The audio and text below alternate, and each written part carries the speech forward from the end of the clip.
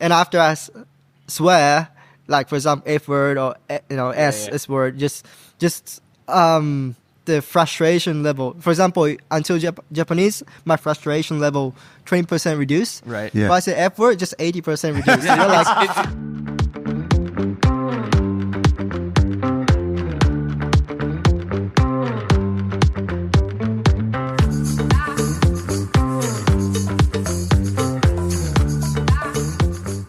What's up, Vankas?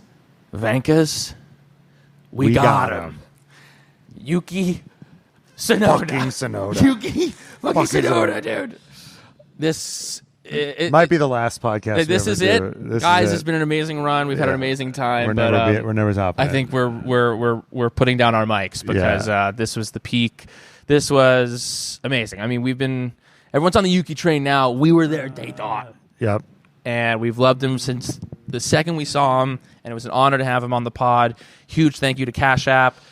Big thanks to BetMGM, Sunoco, all of our sponsors. And all of you. The Vanka Nation, Yuki Nation. We got him. This is an amazing interview. You're going to love it. Yeah. And enough of us. Let's get to Yuki. What's up, Vanka?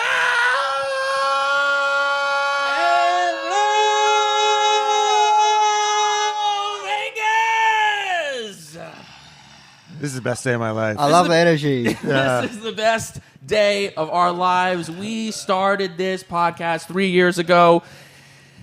And 3 years ago, we didn't even know who you were, dude. But now, I think it's safe to say we're your biggest fans. Really? We are. Yes. We have led. Listen, I feel like people are really getting on the Yuki Tsunoda bandwagon now. But we've been there since day dot. Since the second we saw you on Drive to Survive, and then saw you on track, we have always been in your corner, and we've been.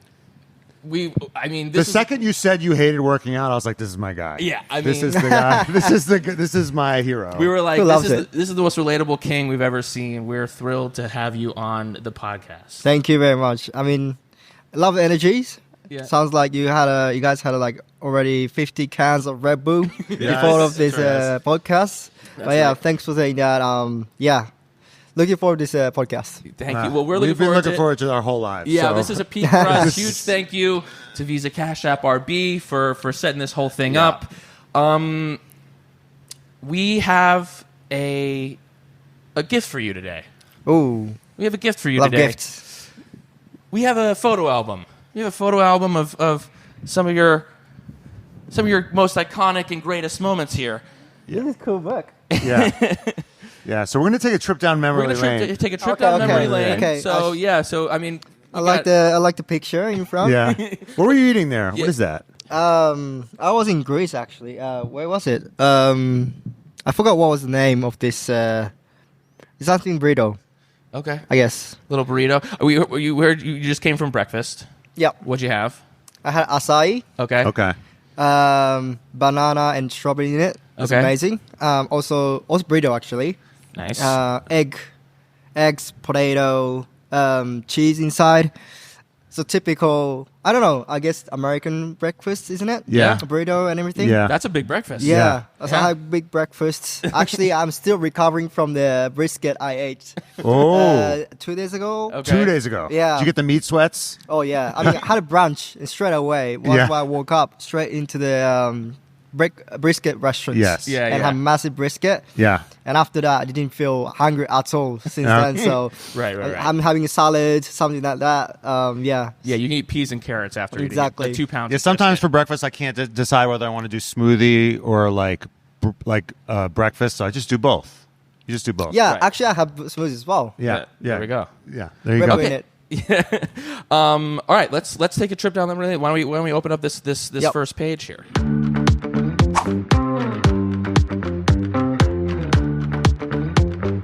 Oh, look at this cute guy. That is a cute guy. That is a cute guy. I mean, when you see this picture of yourself, I mean, how old were you there?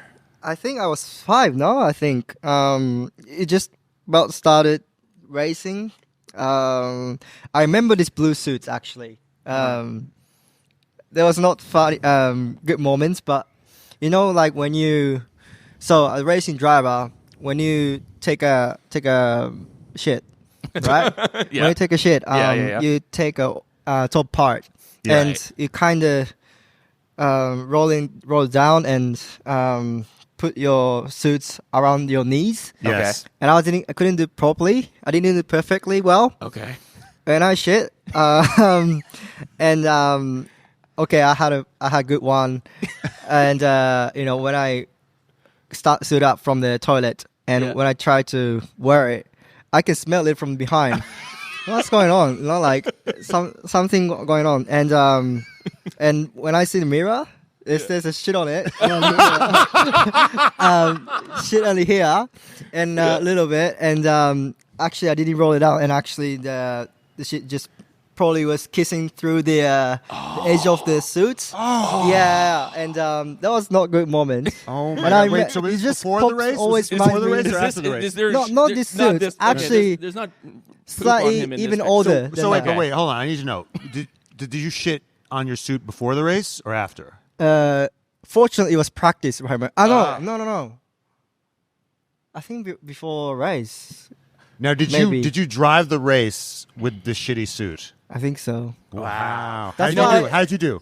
I mean, I probably won. by miles away because probably the car behind. Yes, we grew up together. Wow, this is a crazy moment because we grew up together. We got on the train to go to a basketball game. Yeah, we grew up in New York, and we were taking a New York subway to deep in Brooklyn to go to this basketball game, and I was struggling. And maybe I let out a fart that I thought was just a fart, and it was happened to be something more. And I'm on a train. And we're on a train. A packed train, rush hour train. Yes. And we're all, the whole team was like, man, it smells bad. And I'm like, yeah, New York City subways, right? Yeah, massive one then. Just a little bit goes a long way, you know. And then the smell just kind of followed us wherever. And Brian was like, I farted. That's it. I just ripped a hell of a fart. And I'm like, and we get out of the subway. We're in a new part of the city. Yeah. And the smell still followed us. And I was like, and Brian was like, yeah, it was a hell of a fart. I'm like, no fart just follows you. Yeah. And then we're in the gym. And then he gets subbed into the game. And I started that game. But I ran to the bathroom. I threw out my underwear. And I was like, I'm starting in this game. I got to play. I scored 4 points. Yeah. I scored 4 points. I did have some shit in my pants, and so I didn't know that we were connected in this way, but I'm glad that we are. Probably just luck, you know? Yeah, it's luck. You got 4 points. Yeah. Look at this. I won. Yeah.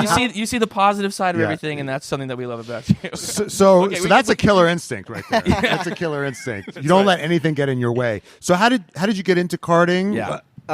Yeah. So my dad took me to the karting track that we saw from the highway, and I was like 4 years old, and we just took me there just for fun as a family. So also my sister tried, I guess, also my mom as well. And first time I drove the karting, then I felt very enjoyable. Yeah. To be honest, I was 4 years old, and I don't really remember exactly how I felt, but apparently my dad said, I got really excited.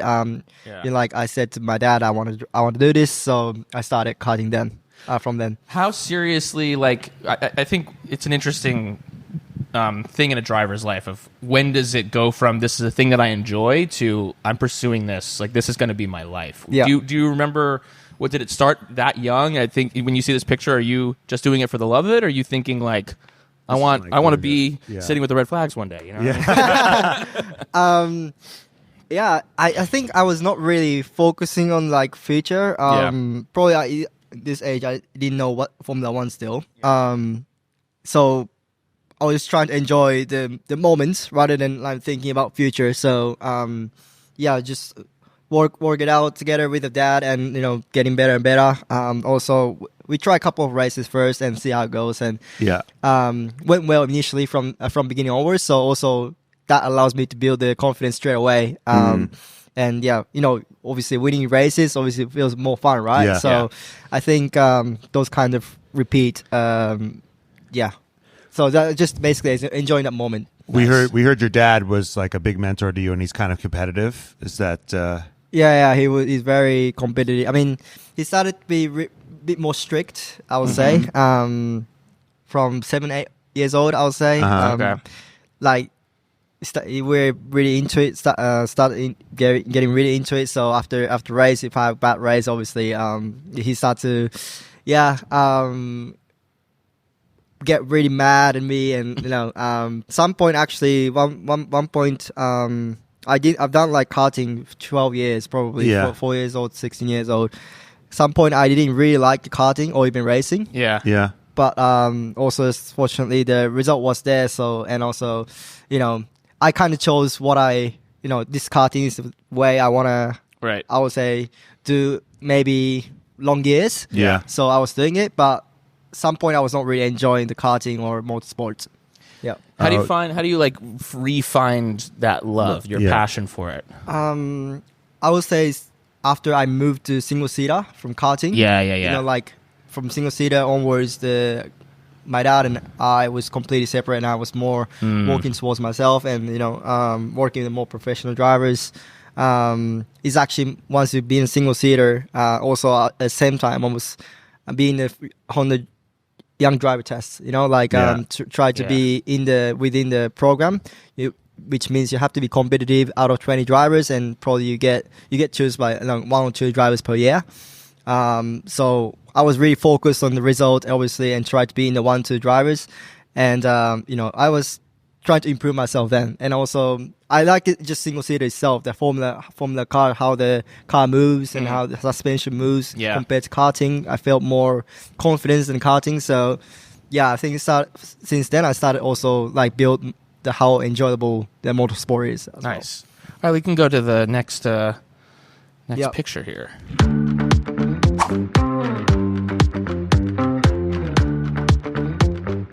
Oh, I remember this one. Yeah, picture of you in front of Lewis Hamilton's McLaren car there. Yeah, first time I actually went to Formula 1 track was Fuji Speedway in 2007.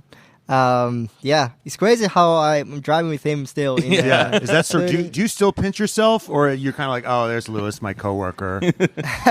I would say, to be honest, I started to get used to it. First year for sure. Like, I'm driving with Lewis. But especially outside of track, when you have actually drivers parade, or when when you're close with him. And actually, once you wear helmets, once in racing, obviously it's just one of the enemies, so it doesn't matter. It doesn't matter anything. But still, sometimes when I see him, reminds me around this age. Right. First time I saw him, and it's crazy how I'm racing with him still. We heard the story that your dad was obsessed with Alonso, and he used to drill you on how Alonso took Suzuka. Yeah. Was Alonso more surreal, or where did he rank? My dad for sure, like especially how he drives. Yes. And when we watched first time in Suzuka Formula 1, he got impressed about how he was driving, especially when he exit from last corner. In Suzuka after chicane, kind of tricky long right corner. Goes down. Yeah. Then some of the driver had to lose the car there, and someone goes to the barrier, right? And how he controlled the car and going out very closely to the grass to not lose the momentum from the chicane. He got really impressive about that. That's so cool. Has he met Alonso? Has your dad met him yet? Not sure. I don't think so. Okay.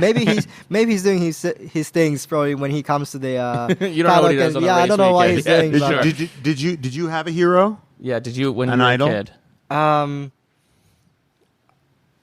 I was closely looking. It's hard to say. Maybe not. I was probably related to what I said also, because I was dream about Formula 1. Yeah.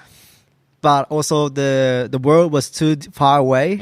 It was not really realistic. So, I was not really watching Formula 1. I was just trying to enjoy the moment. What was realistic? Was it Super Formula? Was there a series in Japan that you were looking at, or? To be honest, I never thought about the future. Really? It's just like I want to be the fastest guy in the category I was competing then. So every time, probably live in the present. That's a great. I think that's a great way of conducting your life. Is not thinking too far ahead. Yeah. Vegas, not only does Cash App sponsor our favorite perfectly branded Formula One team, but they also make it easier for you to save money so you can do the things you love, like going to an F1 race. Listen, to be honest, we thought that Cash App was just a way to send people money. Hey, Cash App me for that. But it's a way faster and simpler way to bank. You can start saving with as little as $1, no hidden fees, no minimum balance requirements, no account fees.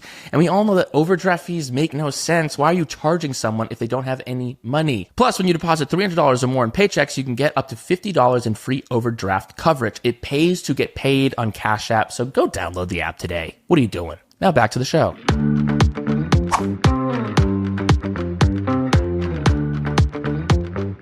So you make it to Formula One. Oh, bestie. Yeah.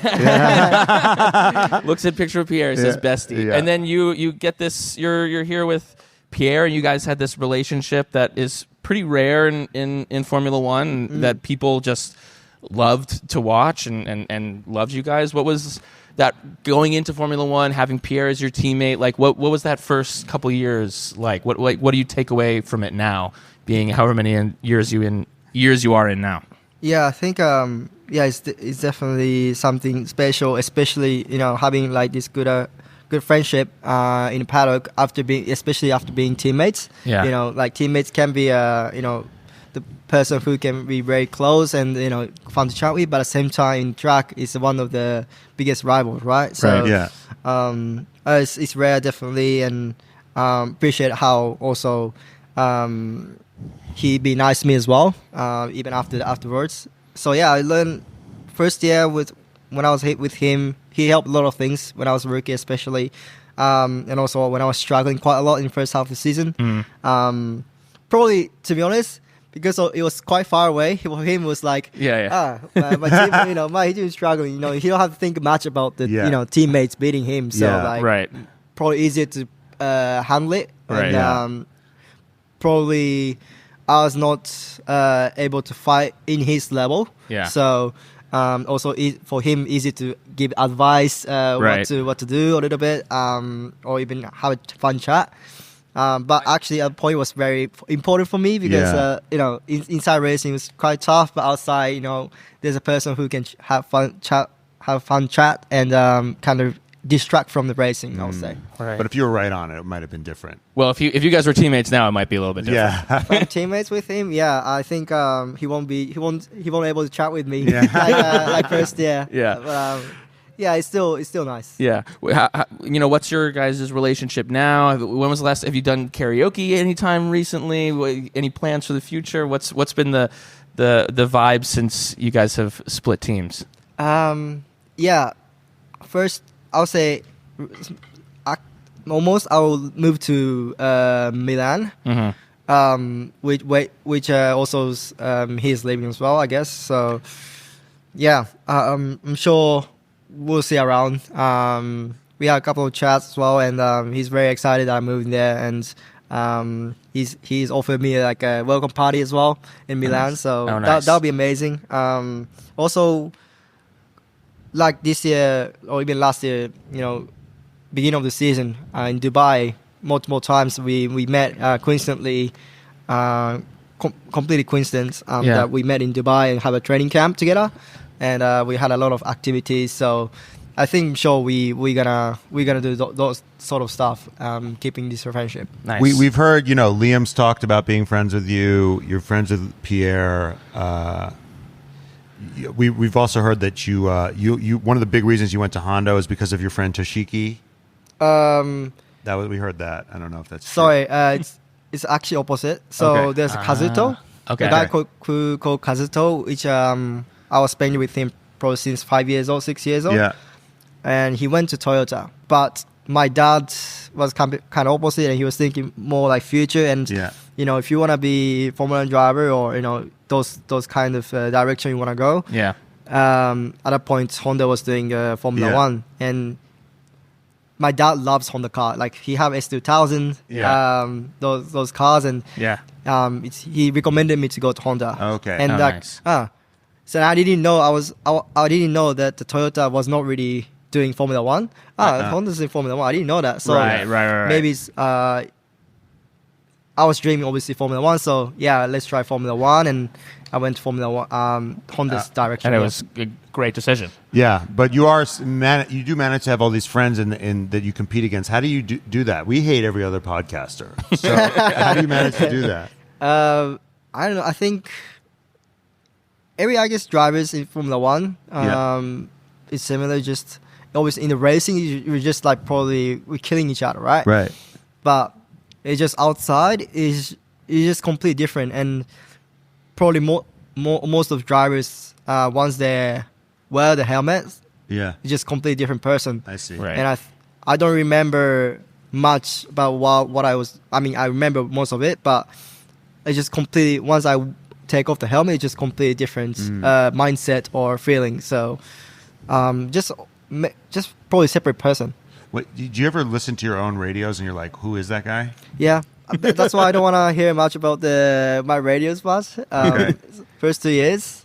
But yeah, who's that guy? Yeah, true. Do you ever think we love your radios? Don't ever stop. I mean, we love them. It was things I was doing probably since young age. Yeah. Like expressing myself. Probably even if there was no radio, I was still probably shouting. Yeah.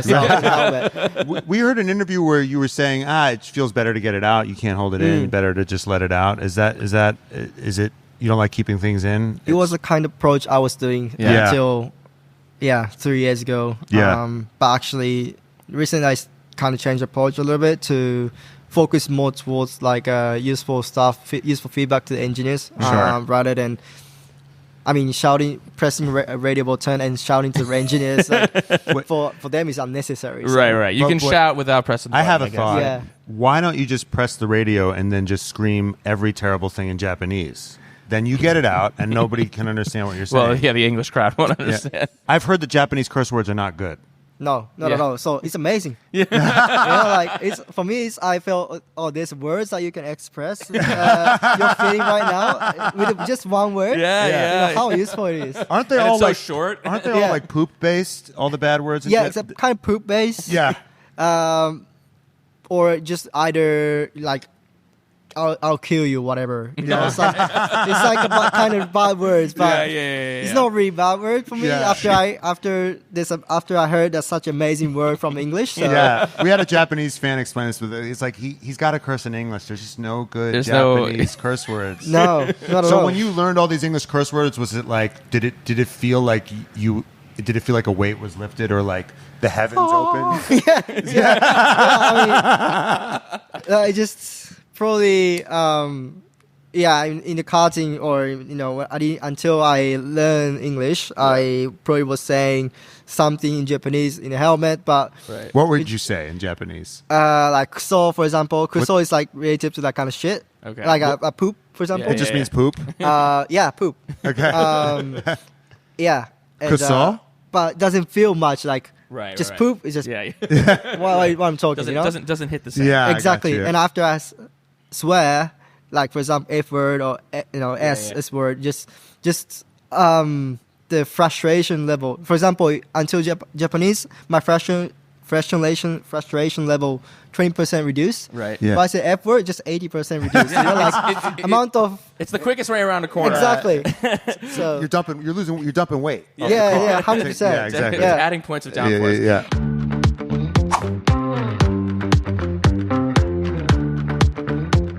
Let's go to this. You have this iconic quote in Drive to Survive. And you said, when you have workouts, especially in the morning, it ruins my whole day. Yeah. And I think, your honesty, I think, is something that we've always gravitated towards. I think it's something that we as fans love. Just like this little thing that, obviously, you think of someone in your position, they would never say something like this. And you have the courage and the honesty to just kind of say it.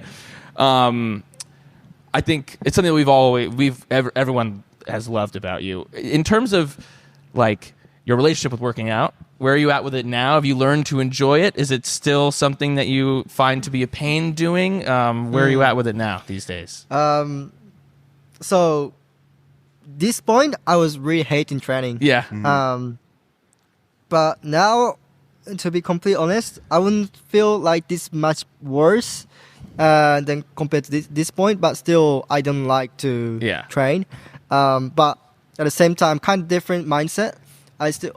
still don't like gym smell. Once you open the entrance door, it just smells like it just gym smell. We need to stop here. Okay, so you talk a lot about smells. We see you smelling the presents. How did you smell Pierre? Perfume. Okay, perfume. Okay, you smell this perfume. You smell the presents. You get turned off by gym smells. Do you have a really good sense of smell? Yeah, I'm quite sensitive to smell. Yeah, I think. Okay, that must have been really tough with the poop in your race. That must have been a really bad. That would have been a hard day. Do you like? What about? A track is not exactly like a nice fragrance, or do you like that smell? Probably got used to it. Like for example, I still don't like karting. Fumes. The gas smell, okay. Gas smell. The Formula One engine itself doesn't smell that bad, to be honest, compared to like karting. I don't know. Okay. But just same as you. Once you spend there probably more than a couple of hours, just your nose starts to get used to it. Yeah. It's just kind of similar effect of that. Okay. So I don't really. And hospitality smells good, amazing. Yeah. Food smell. Just stay in hospitality. This was also coinciding with you moving to Italy, and you were saying, we've heard you say that when you were living in England, you were kind of not as happy, and then when you were moving to Italy, it seems like you have enjoyed that a lot more. Can you talk about what moving there has meant for you personally, for your mental health, for your happiness? What has the experience been moving to Italy? It's been so far amazing. I would say. It's felt strange actually. A couple of weeks ago, went back to Japan and spent a bit time with more friends. It was such a nice time, but actually, I don't know why, but once I arrived to Italy and breathe some air there and feel some atmosphere there, just felt more comfortable spending more Italy rather than Japan. Wow. Which I never felt last 2 years, I would say, since I moved to Europe. Yeah. So, yeah, I just I like the culture there itself as well. The food culture is amazing. Yeah. I would say the vibe once you go out to the city and a lot of people chatting naturally, some cafe or whatever. I like that kind of vibe.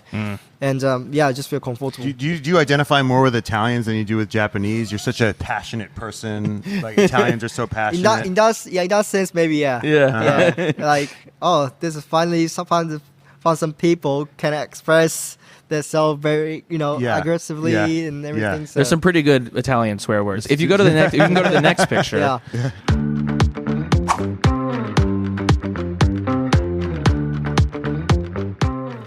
You talked about your love for Italy, and then there was this horrible flood, and you helped there with the cleanup. How was it? How important was it for you to be there for this?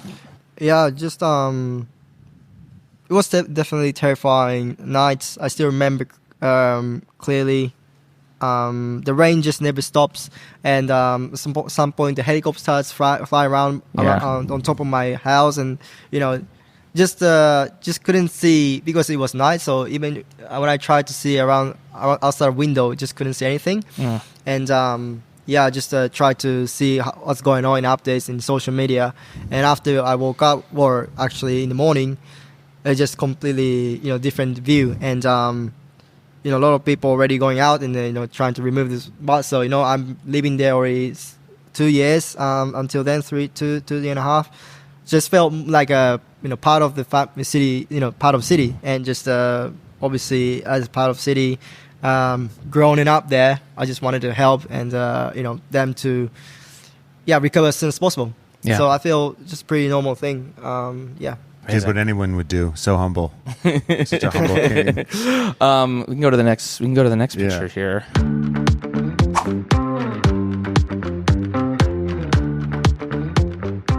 There's crashes are a part of life in F1. It's it's one of the risks. I think after a crash or a setback or you're going for it. How do you kind of reset your mentality? How do you kind of put it out of your mind or learn from it, or what do you take from a crash? What do you take from a setback? At this point, I was initially after I crashed.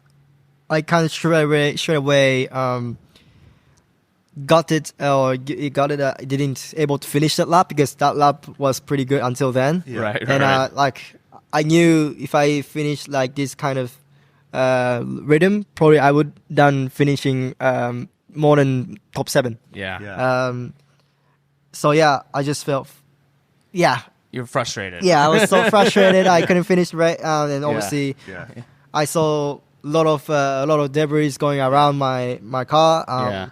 So yeah, just initially I got frustration, but also initially I felt a bit of pain at the back a little bit because it was pretty hard hit. And once I landed, I just felt a little bit pretty tough. So yeah, kind of mixed feeling, but mostly just very frustrated I didn't be able to finish the lap. That speaks to how great the safety provisions are. Definitely. That you can have a tough crash and then you're just like, that was such a good lap. But how do you shake it off? Yeah. How do you go into this next lap with the same amount of courage? Just guess, kinda. Obviously, there's a bit of feeling that I crashed in lap before, for example. Yeah. But that will automatically kind of limit yourself a little bit, and back off a little bit compared to previous rhythm. So I just don't want to start from there. So trying to guess where I was when I was in good shape and try to figure out. So to be honest, I just send the car. And how is it gonna happen? I still guess what's gonna happen. And but I think for this kind of approach, you need to have a good build confidence. I was doing that probably first year. Soon as I crash and next lap or next session, I immediately start with that kind of rhythm I had before when I was good. And I crash again, for example. But those kind of things, you gotta find the limit. Exactly. Yeah. I see. All right, we can go to the next picture.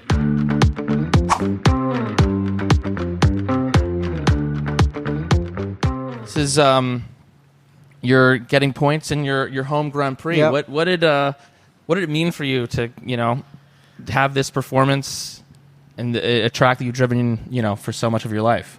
Yeah, I mean that was a special moment for sure. Last 3 years. I think it's getting better and better with the qualifying results, and especially last year was the time I got P11 and close to the points. Yeah. And actually P10, P11, and the start wasn't good, and I kind of lost a lot of positions in the first lap, and lost opportunity. So at that point, I was really very frustrated. And finally this year, kind of similar things happened. First start. Lost 2 positions, and I was P12. And after that, I had a red flag. We had a red flag, and we had to start again. And I was able to retake the position with the second start, and became P10 afterwards. Right. Also, including the amazing pit stop from mechanics, and I want to score P10, which is definitely a special moment. Speaking of career highlights, your best finish was in the most controversial race in a long time, Abu Dhabi. When you think of Abu Dhabi 2021, or do you think about Max and Lewis, or do you think of my P4?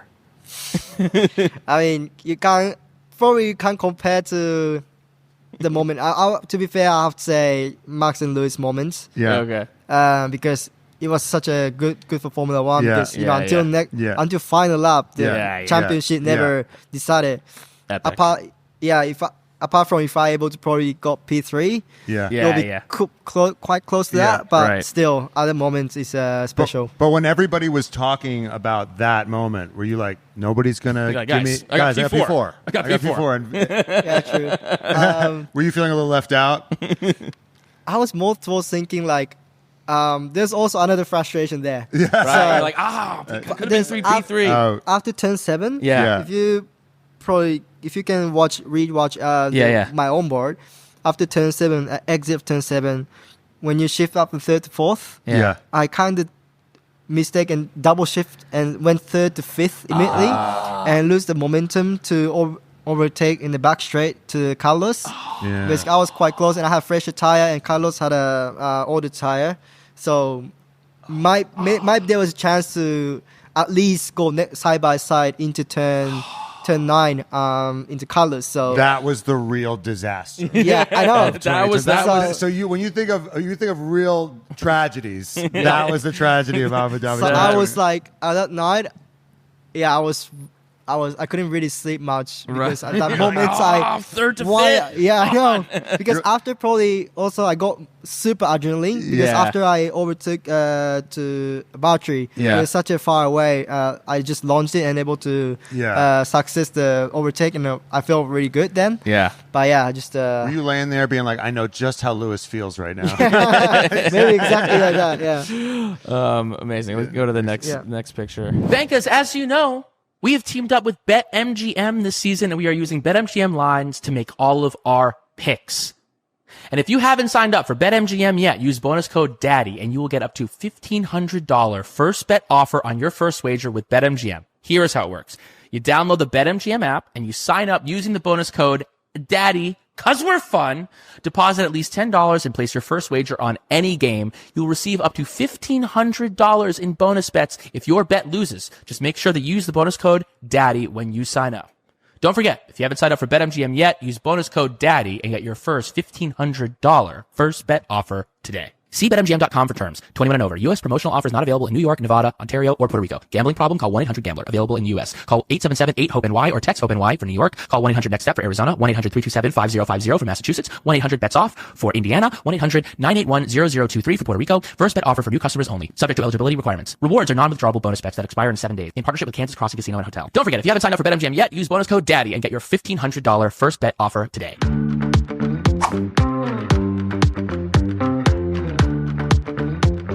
All right, so you spent the last year plus with Daniel as your teammate. It seemed like you guys had a pretty good time. Mm-hmm. What is your biggest takeaway from your time with Daniel? What do you think is the biggest thing that you learned from him? Any memories that come to mind? What's your one thing for sure inspired me, or one thing for me is like, oh, Daniel is this person. Is like he's the person who is a little bit opposite as me, or he have a thing that I didn't have, or I wanna improve most, which is like emotional control and like situation control. For example, the situation control I'm talking about is like once you have bad session, for example, or have big mistake, I'll be so frustrated, and like probably I would carry that little bit frustration into the meeting, and not now, but especially like first half or last year, second half of the season when Daniel was there, I was still carrying the frustration into the meeting, and I couldn't really give the proper feedback as normally I done. But Daniel is just very consistent. Even he had a bad session, or he had big mistake, he's just completely normal person, or like completely just normal driver that who had just normal session every time in the engineer meeting, and he just gives us very specific feedback. Doesn't really show much that frustration or something like that to other people. Just like carry it to yourself and kind of being professional, I would say. So you'd watch him and be like, I'd be so mad if I were him. And oh yeah, just amazed. Like I was like, how he's not frustrated. How's not pissed? Like because I was looking all the time his face. Like surely some point he gonna show his face that he's very mad, but never. So I was like, interesting. He's different animal. Yeah. You think it feels like maybe frustration it's good up until a certain point. As long as it's motivating you, then it's good. Exactly. But it can maybe have like a bad effect. You hold on to it too long. Yeah. So maybe that's all right. We can go to the next picture.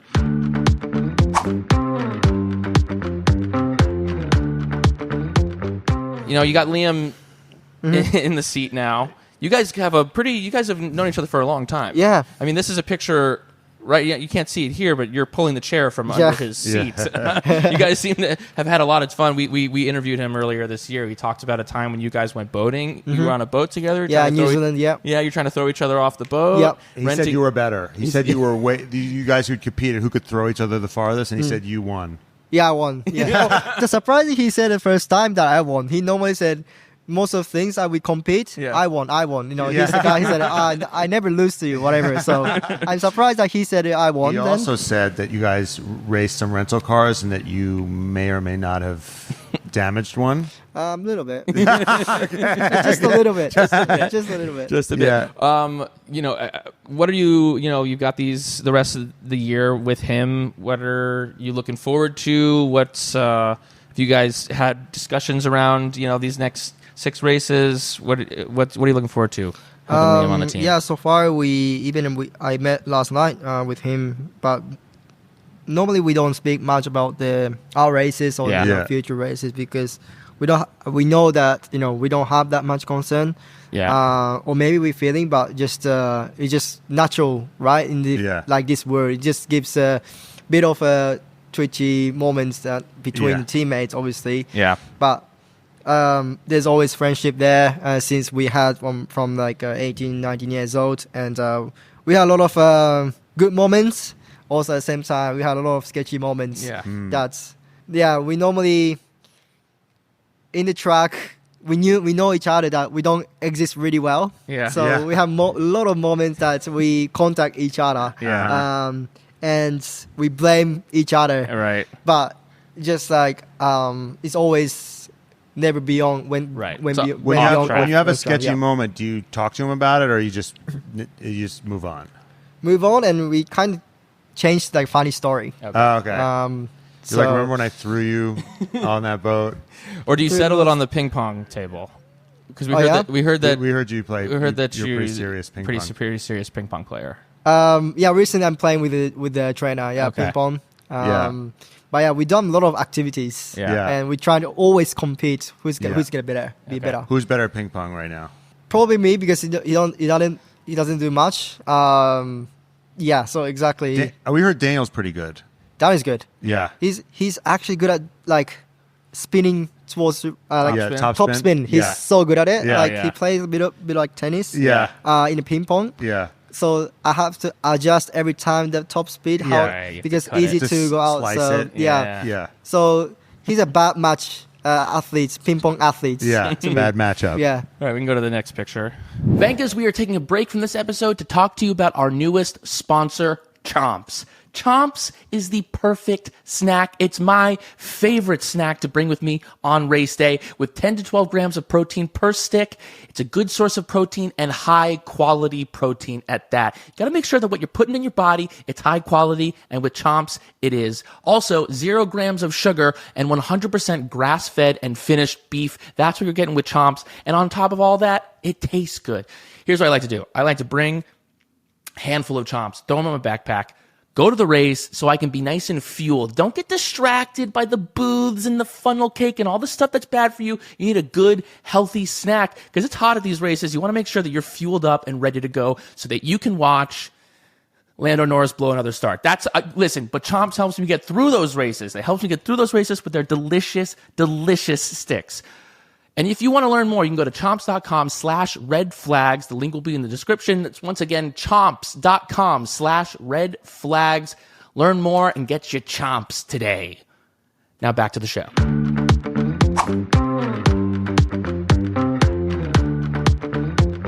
All right, Yuki. Chef Yuki. Chef. Everyone, when you open this restaurant, I mean, it's going to be impossible to get a reservation because everyone wants to eat at your restaurant because we know how much you love the food. Are there any plans in place? Is it still just kind of, that's down the line, or, where is it in your mind? For sure down the line. Yeah. And I think more to recently, like if I, for example, okay, now I open the restaurant, probably I can open the restaurant because I had multiple offers from chefs that, if you are really opening a restaurant, I'll help you, I'll be part of your restaurant or whatever. And the chef, the saying is like really, really good chefs and I'm, respect them. But I think currently I feel like it's not the time because just still I want to show I want to prove myself more in this motorsports environment, and I think those can be distraction. Like I don't think it will be distraction for myself personally, but from outside, some people might think, oh, he's doing a different style while maybe he have to show more in the motorsport. So for sure, I will. Yeah. And it's getting closer, I would say, but I would say not now. What kind of chefs are you talking to? So there's couple, like for example, Michelin star chefs. That, we know they're high quality, but what cuisine? Oh, right. Mixed cuisine. Okay. So want to be Japanese based. Yeah. For sure. And because of I'm traveling a lot of places with this Formula One environment, so I have a lot of experience with a lot of kind of cuisine. So I will kind of use that experience into the dish. Yes. So kind of, for example, tacos, Wagyu tacos, for example. Japanese base, which is Wagyu, using Japanese ingredients, but using other kind of cuisine. So those kinds of things. But we don't want to be really expensive restaurant, to be honest, just because also young people want to come to my restaurants, and we want to be nice vibe restaurants, maybe nice bar as well. So definitely sometime think about it to how I can make good. Do like Japanese noodles pasta? You want me to make Japanese noodle pasta? I don't know. Japanese noodle pasta, probably. I live in Italy, so probably Italian people will be mad at me. Say no. Okay, so you're not going to do any Italian Japanese? I'll do Italian Japanese for sure, like pizza. Maybe I can do something with pizza and pizza in Japanese is pretty good. With Toro or what? I'm just throwing. You're giving me the worst ideas. Yeah, for example, Toro. You can put Toro on pizza. Yeah. Maybe some Italian fans listening to this podcast and saying like, "What? Oh, you're really worried about the Italian. What he's talking about? They're serious about that stuff. What's Toro pizza? Turn down pizza, no, can't be. What's the last thing you cooked? Last time I cooked was the hot pot called actually Korean food called kimchi hot pot. Okay. Something like that. The kimchi taste soup. There's a pork in it and a couple of vegetables, and you eat with rice. It's nice. Very nice. So that was the last cook I did. Okay, the most important person in the world is coming to eat with you. They're coming over for dinner. Yeah. What's the like? Yeah. This is my dish. Helmut Marko's coming to your house to eat. Okay. Yeah. What are you cooking? Oh. Good question. Depends on what situation I'm there. I'm at that point. If I'm to your house, you have days to prepare. You have not even about him. Like if you're like, this is the dish that I cook the best. This is like my dish. I know this thing like the back. Like you're racing at Suzuka. This is my dish. This is the track I know best. The dish I know best. I'll cook for him fried rice. Nice and simple, and I'll cook. Nice. Yeah. No, and, you're cooking. Because restaurants, I won't cook. Yeah. Because what would you cook for Helmut? Fried rice. Okay. Rice. What would you put in it? Shrimp. Okay. I hope he likes shrimps. Eggs. He's allergic. and eggs and simple green onion, for example. Yeah. And a couple of oil that using not normal oils, like for example sesame oil. Yeah. Sesame oil is better with me, in my perspective, to use as cook as a fried rice. So yeah. Fried rice is my favorite. Yeah. Whenever we go. Yeah. I can cook one point in. That's it. You got that right. He invited us to dinner. Invited us to dinner. Yeah. That's what we really wanted out of this. Well, I think we got what we wanted. Yeah. Yuki, thank you so much for coming on the pod. Yeah. We start this podcast we start it with "What's up, Venkas?" What's up, Venkas? Venkas. Yeah. Would you honor us by saying goodbye, Venkas? Goodbye, Venkas. Goodbye, Venkas.